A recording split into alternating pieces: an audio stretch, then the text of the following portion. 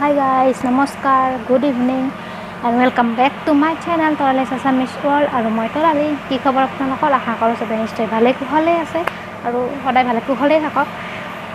এইফালে আন্ধাৰ হৈছে, অলপ পোহৰৰ ফালে যাওঁ।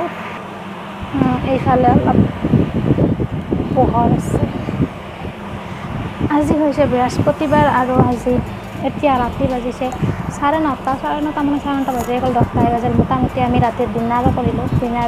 ৰুটি খাইছোঁ আৰু ৰুটিৰ লগত অলপ চব্জি চাল। ৰুটি খাওঁতে অলপ ৰৈ গ'ল। এখন 3-কোণীয়া ৰুটি, তাৰপাছত গোল ৰুটি।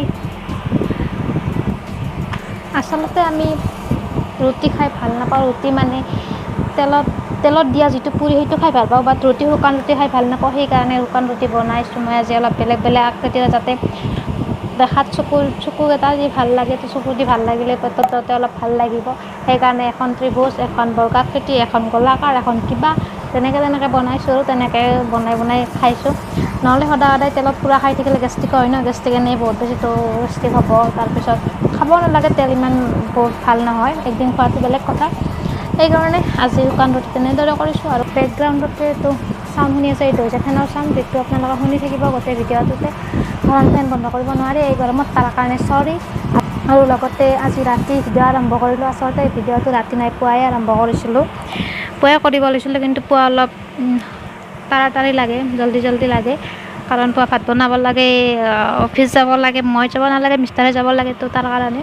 আৰু হেডফোনডাল দূৰত থাকিলে চাউণ্ডটো অলপ দূৰত হয়তো। হেডফোনডাল মই সেইকাৰণে ইয়াতে এনেকৈ লৈ লওঁ, তেতিয়া চাউণ্ডটো অলপ ডাঙৰ হয়, ডাঙৰকৈ শুনা পায়। সেইকাৰণে পুৱা ভিডিঅ' কৰিব নহ'ল। মানে অকল মই ৰন্ধা বঢ়াখিনিয়ে দেখুৱাই দিলোঁ, বাকী একো ভিডিঅ' কৰিব নহ'ল। এতিয়া দিনত বহুত গৰমত, যাৰ কাৰণে মানে ভিডিঅ' কৰিবলৈ মন নাযায়, একো কৰিব মন নাযায়, কেৱল ঘামি জামি থাকোঁ। সেইকাৰণে এতিয়া আহিছোঁ, মই ভিডিঅ'টো আৰম্ভ কৰি দিলোঁ। পুৱা ৰন্ধা বঢ়াখিনি কেৱল দেখুৱাইছোঁ, তো সেইখিনি বাৰু অলপমান দেৰিকৈ দেখুৱাই দিম। মই পুৱা কি বনাইছিলোঁ, বিশেষ একো বনোৱা নাই, দালি আৰু ভাজি বনাইছিলোঁ। তো ৰেচিপি আৰু কি ক'ম, তথাপিও মই কেনেকৈ বনাইছিলোঁ সেইটো জাষ্ট দেখুৱাই দিম। আৰু এতিয়া বনালোঁ ৰুটি খালোঁ আমি। এতিয়া 9:30 বাজি গ'ল, 10টাই বাজিব মোটামুটি। তো ৰুটি খাই অলপমান দেৰিকৈ যাম বিচনাত, এতিয়াই নাযাওঁ, অলপ দেৰিকৈ যাম। ভালদৰে আজি অলপ ভাবিছোঁ তেল দিম বুলি, কাৰণ তেল দিবৰ আজি 4 দিনমান হ'ল। তো তেল দি আজি ৰাতি থ'ম, তাৰপিছত কালি ধুই দিম, হেয়াৰ ৱাছ কৰি দিম কালি। আৰু চুলিত দেখাত বহুত দীঘল হৈছে, কিন্তু চুলিবিলাক নোহোৱাই হৈছে, যায় বহুত চুলি যায়। গৰমৰ দিনততো বহুতেই যায়, সেইকাৰণে। আৰু চিঙাটোতো সেইবিলাক কৈছোঁ মই, চুলিৰ কথা অলৰেডি, মোৰ চুলিৰ ট্ৰেজেডি।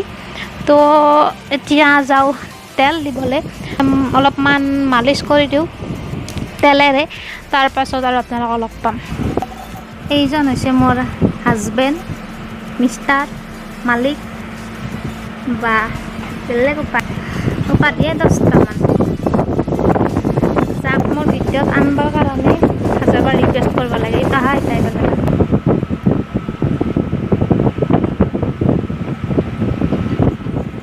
মই দিছোঁ তেল চুলিত, বাজাজ তেল, আৰু লগতে এইটো জিভিৰ ৰ'জমেৰী অইল মিক্স কৰি দিছোঁ, 3-4 কি বুলি কয় টোপালমান। তো মোৰ হাজবেণ্ডক আহিবলৈ 1000বাৰ ৰিকুৱেষ্ট কৰিব লাগে, কাৰণ মোৰ সৰুটো ইউটিউবাৰ মোৰ কাম নাই, সেইকাৰণেই না। আজি এনে কৈছোঁ, একদিন কি হ'ব জানো না, তুমি মোৰ ভিডিঅ'ত আহিব লাগে, সেই হ'বা, তৰ্পকে তুম মেৰে ভিডিঅ' মে আনে কে লিয়ে।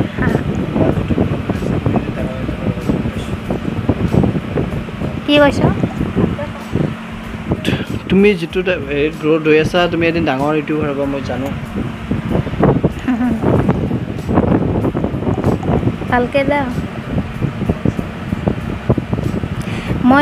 মই তোমাক তেল দিলি ভালকৈ দা তুমি কৈ থাকিব নালাগে, কিন্তু মোক দিলি মই কিন্তু ভালকৈ দা কৈ থাকিব লাগে।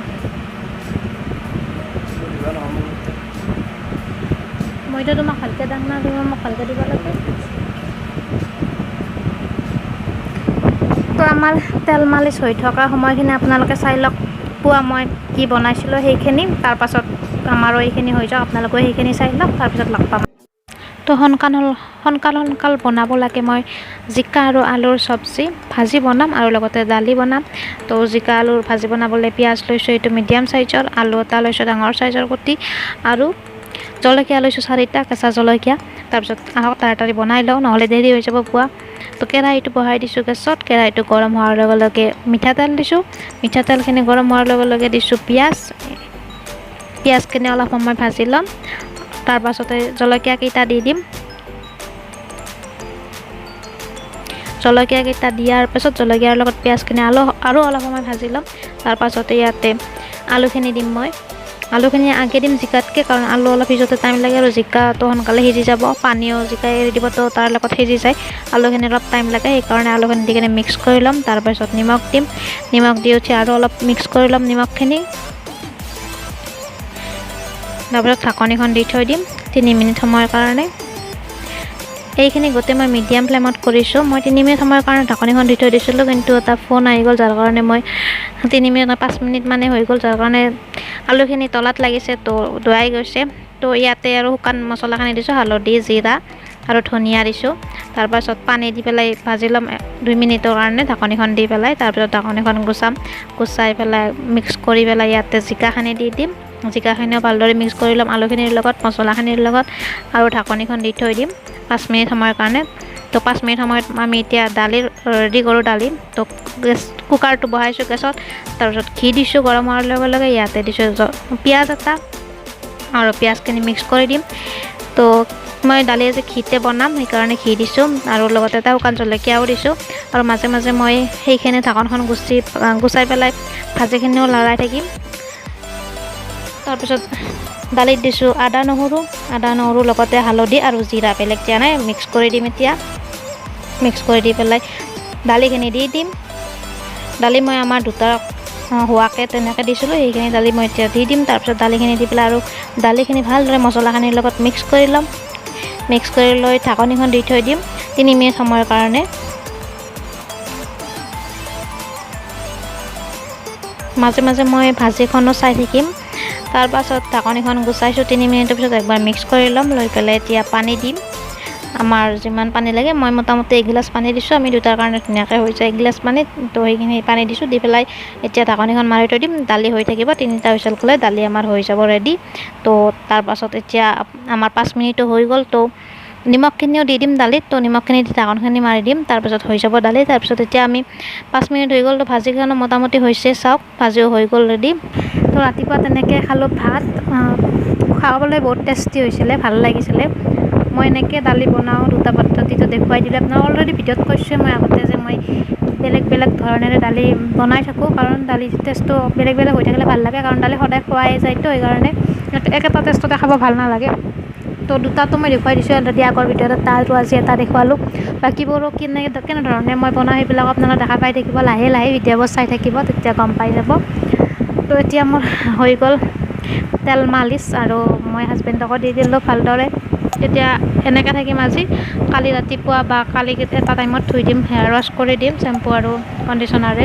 আৰু মোৰ ভিডিঅ'বিলাকতো মই তেনেকৈ ইফাল সিফাল দেখুৱাব নোৱাৰোঁ, কাৰণ বেকগ্ৰাউণ্ড এটাই দেখা পাই থাকে, তাতে মই আহি কিনে কথা কৈ থাকোঁ কিবা কিবি।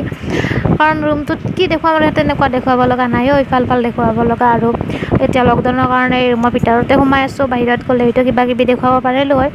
তো সেইকাৰণে বাছ ৰন্ধা বঢ়াখিনি যি ৰান্ধোঁ মই, সেইখিনি মই যেনেকৈ পাৰোঁ আৰু তেনেকৈ সেইটো দেখুৱাওঁ আপোনালোকক, চিম্পুলকৈ, যাতে আপোনালোকৰ ঘৰত তেনেকৈ বনাব পাৰে সেইকাৰণে। আৰু লগতে মই ক'ব লগা কথাখিনি কৈ দিওঁ, বেলেগ বিশেষ একো দেখুৱাব নোৱাৰোঁ, তাৰ কাৰণে চৰি। লাহে লাহে চেষ্টা কৰিম। এইকেইদিন লকডাউনৰ কাৰণে অলপ অসুবিধা হৈ আছে, আৰু খাদ্য পাতি বনোৱাটো অলপ অসুবিধা হৈছে, কাৰণ বহুত বস্তু মই একেলগে কিবা কিবি বনাই খৰচ কৰিব পৰা নাই।